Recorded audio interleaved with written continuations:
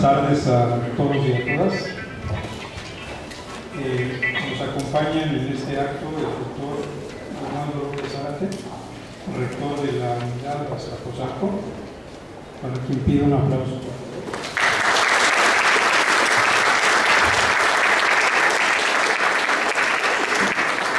El doctor Óscar Lozano Carrillo, director de la División de Ciencias Sociales y Humanidades.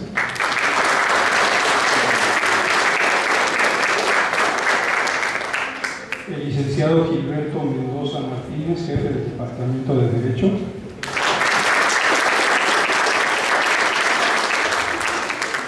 El doctor Carlos Durán Alcántara, jefe del área de Derechos Humanos.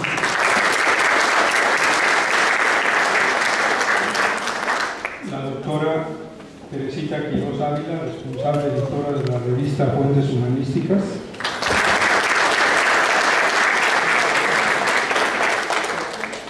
Y está por llegar el maestro Eduardo Roberto Cuevas de la ONG-H del Bosque de Santiago de Chile, quien es autor de un artículo de esta revista. Hoy, en el marco de los 40 años de la UAM Azcapotzalco, estamos aquí como cada trimestre presentando los resultados de investigación que se han editado y publicado en el número 85 de la revista Legatos. Por la ocasión, queremos compartir una especie de balance del estado que guarda nuestra revista. Quiero decir en primera instancia que la revista Legatos conserva la esencia de los objetivos trazados por los fundadores hace más de 5 lustros, y me refiero, como sostenían ellos, a que, cito, el derecho es una construcción social moderna que debe estudiarse y enseñarse desde una perspectiva crítica e interdisciplinaria, que quizás de entre las ciencias sociales, de las disciplinas sociales, es la que más necesita de las otras ciencias, que esta revista debe mantener su carácter crítico, interdisciplinario, plural, y debe mantenerse abierta a la comunidad jurídica nacional e internacional para recoger en ella la producción más avanzada del pensamiento jurídico. Quizás a esta visión del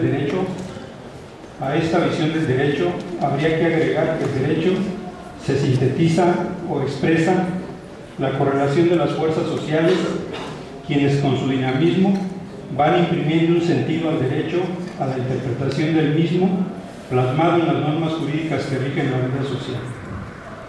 En este orden de ideas, compartimos con ustedes que, siguiendo esta línea heredada por los fundadores de Alegatos, entre los colaboradores y árbitros de la revista, contamos con la colaboración de investigadores de universidades de Argentina, Uruguay, Cuba, Bolivia, Venezuela, Chile, Estados Unidos, España, Italia, Austria, entre otras nacionalidades, y de la comunidad jurídica nacional, con investigadores de diversas facultades e institutos de la Universidad Nacional Autónoma de México, de la Universidad Iberoamericana, del Instituto Nacional de Ciencias Penales, de la Universidad Autónoma de Chapingo, del Instituto Tecnológico Autónomo de México, de la Universidad Autónoma del Estado de México, de la Universidad de Sonora, de la Universidad de Guanajuato, de la Universidad de Baja California, de la Universidad de Nayarit, además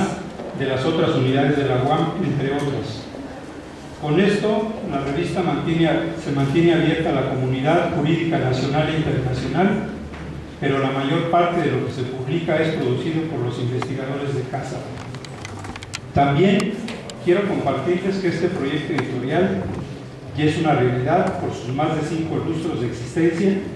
Surgió vinculado y comprometido con 2 circunstancias muy trascendentes para México. En la primera, me refiero a la crisis del modelo de desarrollo capitalista para dar paso a otro del mismo signo ideológico, es decir, del modelo del estado del bienestar, que ha sido reemplazado paulatinamente por el modelo neoliberal. Esta circunstancia es trascendente puesto que el orden jurídico fue desbordado por la dinámica asumida para impulsar los cambios económicos desde una perspectiva política neoconservadora.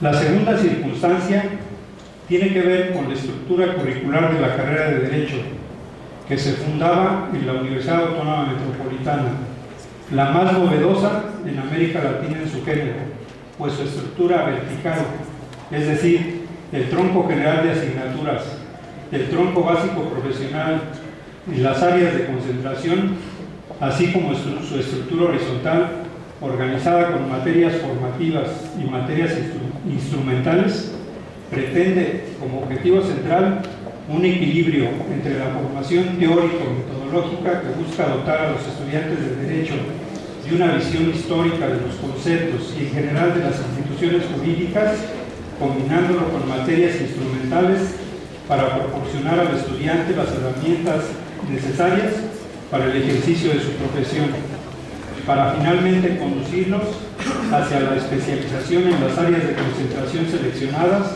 para formar juristas que atiendan los problemas jurídicos más relevantes del país en materia administrativa, laboral y penal. Considero que la perspectiva de los fundadores del plan de estudios fue visionaria, pues pudieron entender que los problemas que enfrentaba la sociedad de hace 40 años se iban a agudizar, por tanto, a hacerse más complejos. Por ello, el abogado del futuro debía saber de matemáticas, economía, política e historia, entre otras. Al mismo tiempo, identificaron los problemas más graves del país al fundar las áreas de concentración. La realidad actual lo demuestra, pues nuestras áreas de concentración tienen que ver con los problemas más agudos que hoy vive la sociedad mexicana. Enumeré estos 3 temas, puesto que la revista Legatos surgió con una concepción del derecho en el marco de un cambio histórico para el país que modificó el orden jurídico nacional y habiendo puesto en marcha un proyecto educativo novedoso en la enseñanza del derecho, hechos que han marcado de manera definitiva a la revista en sus 27 años de existencia. En ella ha corrido mucha tinta en artículos de juristas de nuestro Departamento de Derecho, de la comunidad jurídica nacional e internacional, que recogen análisis críticos de las tendencias políticas y sociales que han avanzado al amparo de la ideología neoliberal a través de artículos interdisciplinarios con una visión crítica de los efectos económicos, políticos y sociales provocados por el avance depredador y la subordinación de las instituciones jurídicas al orden económico neoliberal. Hoy, cuando el orden jurídico nacional se encuentra desarticulado por los efectos del neoliberalismo, es indispensable mantener y reforzar este programa editorial, apoyarlo para difundir lo que se produce, reforzar el carácter interdisciplinario del modelo educativo de Derecho en la universidad, así como el vínculo del trabajo de investigación con la docencia. Finalmente, ante la crisis social y política jurídica que han provocado las recientes reformas estructurales impuestas por la clase política nacional, atendiendo a los mandatos de los intereses transnacionales, es necesario e indispensable el pensamiento crítico, plural, interdisciplinario y científico de los cientistas sociales para intentar restablecer el orden social roto desde arriba. Muchas gracias.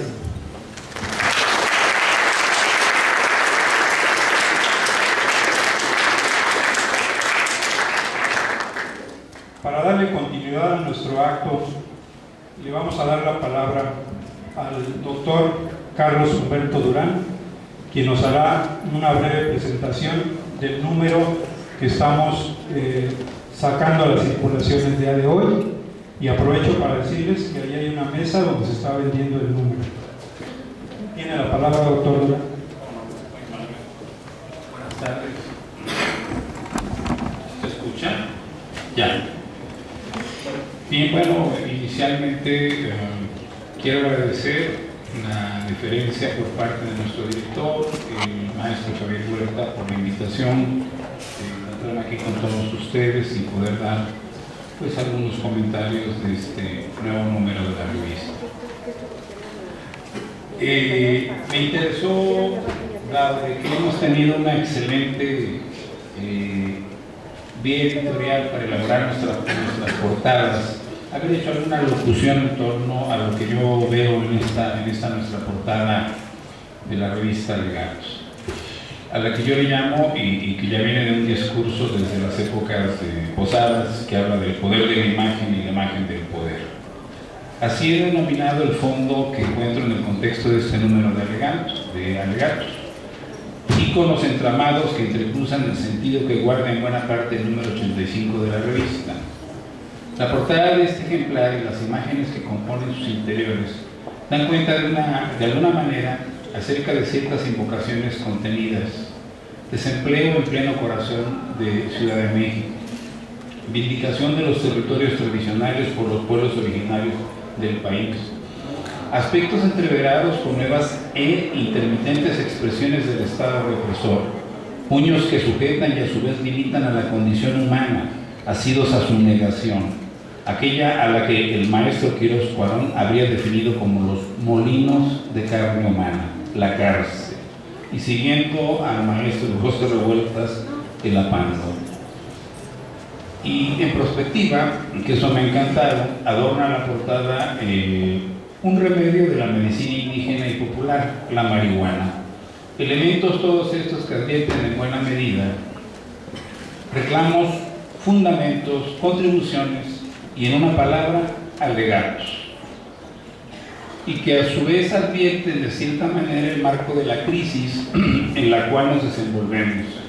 Antes de iniciar, quisiera precisar un breve interludio aclaratorio. Sin desdeñar ninguno de los artículos que integran la presente entrega del número 85 de alegatos, concibo que resulta ambicioso adentrarse en profundidad a partir de un breve comentario a los diversos contenidos importantes que hoy guarda la revista en estudio.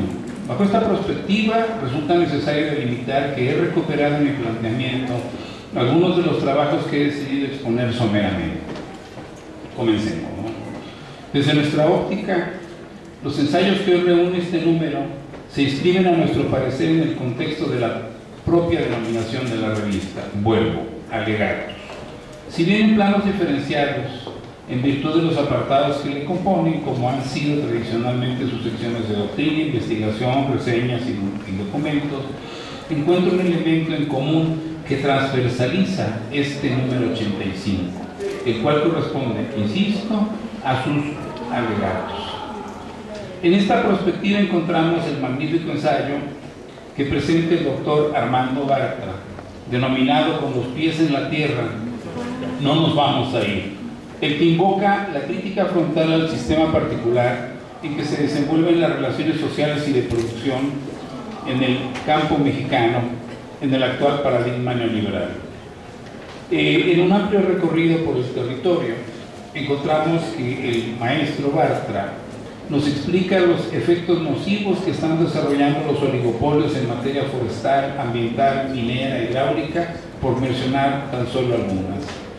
Abro un paréntesis. Resulta interesante observar que los cánones que otrora enmarcaron el pensamiento de nuestro amigo, el doctor Armando Bartra, en torno al desarrollo del capitalismo en la agricultura han cambiado. En esa tesitura encontramos los siguientes elementos.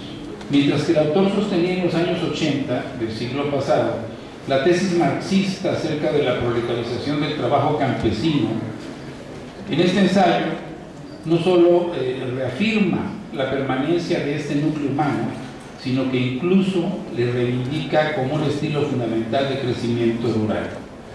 El autor establece que no obstante los impactos generados socialmente, no se trata de procesos irreversibles, más allá de las imbricaciones neomalthusianas de exterminio en que se colocan las empresas transnacionales señaladas por el autor. En el campo de este ensayo se ubica que finalmente las transnacionales no han cumplido plenamente su cometido. Al decir del doctor Bartra, las organizaciones políticas sociales campesinas, el movimiento indígena y campesino resiste contra todo. Afirmación que nos hace recordar la tesis doctoral, ya después del libro de Zapata y la Revolución Mexicana, del doctor de Harvard, John Womack, cuando hace alusión a la Revolución Mexicana y afirma: esta es la historia de los campesinos que se negaron a cambiar. En esta vertiente social encontramos también el estudio del maestro Enrique González Rojo, quien indica la actualidad del marxismo para comprender la realidad socioeconómica existente en la globalización. Contrario sensu a la idea acerca del agotamiento teórico de esta corriente ideológica, el autor recupera la vigencia de la teoría económica desde la perspectiva de la teoría del valor y del trabajo asalariado. Bajo esta sintonía, la explotación económica no corresponde a la simple organización social del trabajo, sino a procesos que le determinan, como lo son aquellos que corresponden a la ganancia, el interés, la renta o la plusvalía, aspectos que indudablemente están vigentes en la actualidad. De ahí la omnipresencia de este paradigma económico, el que curiosamente, ahí habría que abrir un paréntesis, el que curiosamente, por cierto, se sigue indagando en universidades como las de Oxford, Harvard o el propio Instituto Tecnológico de Massachusetts.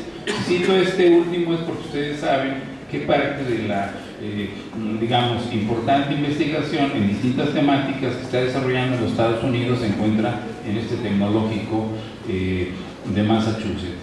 Y bueno, resulta curioso porque habría que razonar en qué medida aquellos que por tanto tiempo dijeron cayó el bloque de Oriente, se ha acabado la tendencia de los países socialistas, pero sin embargo sabemos que sus cuadros, doctores sobre todo, doctores en estas universidades, y entre otras, si me preguntan, hay varias universidades norteamericanas, inglesas y de diversas latitudes del mundo que siguen estudiando el marxismo. La pregunta sería decir, ¿por qué? Y esto hace, o nos plantea un paréntesis para razonar a todos aquellos que en América Latina comienzan en condiciones de aquel llamado de Yamamoto, de la conclusión de los paradigmas en el campo de lo social, en esa perspectiva de la derrota aparente del marxismo como una corriente. Bueno, aquí el maestro nos está dando mucha claridad de esa visión.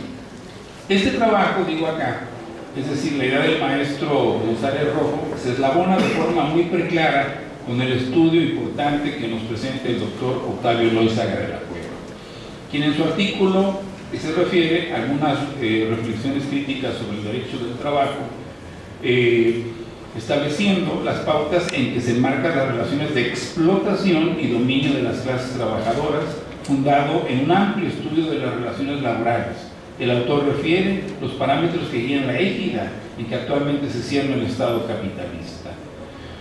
Por otro lado, en un análisis a profundidad, el maestro Miguel Pérez López, iba a decir don Miguel Pérez López, que bien se lo merece, desarrolla de manera magistral una de las grandes incongruencias de la denominada democracia mexicana, la que se enmarca en que en una de las ciudades más grandes del planeta, y que corresponde ya de forma concreta a la inexistencia de una constitución política para el Distrito Federal, sustentados. Heredero de toda una tradición histórica y de fundamentos lógico-jurídicos, el maestro Pérez López ahonda en la viabilidad de brindar a la Ciudad de México el significado e importancia que le merece.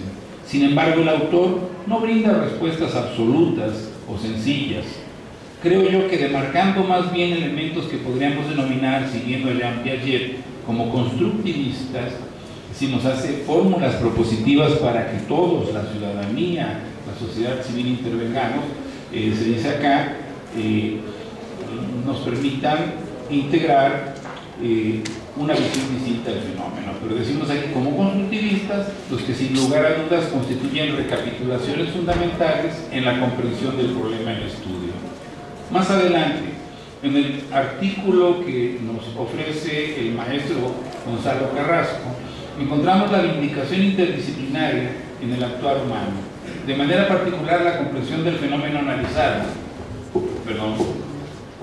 Discurre desde el campo de la filosofía, pasando por la ética, el derecho y la sociología jurídica, a partir de lo cual se invoca la ética profesional centrada como estudio de caso en lo que corresponde al periodismo en el contexto internacional.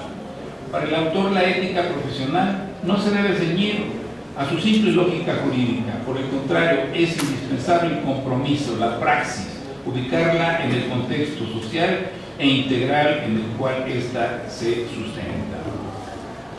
Continuando, de alguna manera con este enmarque filosófico, la doctora Liliana Ford nos ofrece en su artículo una visión integral acerca de la universalización concreta del discurso en la sociedad del conocimiento, esta relatoría contemporánea que tenemos en el marco globalizador, el enfoque, bueno, un enfoque en donde la autora se ubica de manera particular en la lógica del discurso subyacente en los programas de estudio. Y se me hizo una consideración fundamental cuando la doctora dice: tenemos que ir en tendencia de una revolución epistemológica. Tenemos un enemigo común, habría que ubicar si lo tenemos en Washington o aquí como parte de alguna estructura gubernamental, pero la maestra habla de la importancia que tiene esta revolución epistemológica con el objeto de procesar el desorden ontológico existente.